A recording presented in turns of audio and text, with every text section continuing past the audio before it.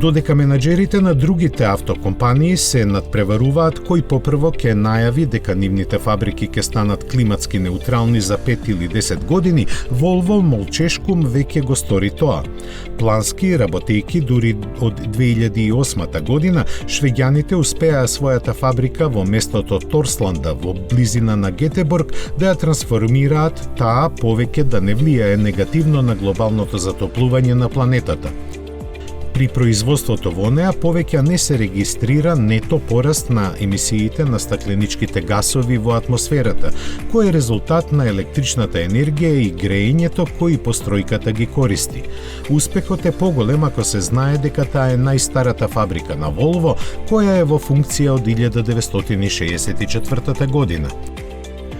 Овој важен чекор на компанијата за остварување на амбициите својата глобална производствена мрежа да ја направи климатски неутрална се смета за пресвртница, иако таа веќе поседува една таква фабрика. Тоа се погоните за производство на мотори во Шведе, кои овој статус го стекнаа пред 3 години. Покрај тоа, промената на начинот на снабдување со струја и греењето на компанијата годишно и штеди до 7000 мегават часа енергија, што е еквивалентно на потрошувачка на 450 шведски семејни куќи.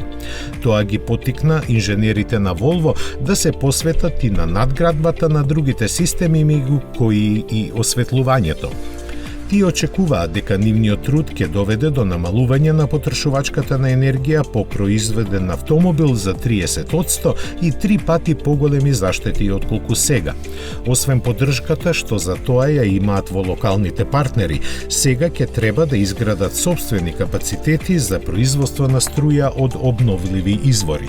А тоа заедно со решавањето на емисиите на јаглен диоксид во производството и рециклирањето на материјалите за нивната повторна употреба е дел од планот зацртан за реализирање до 2025 година.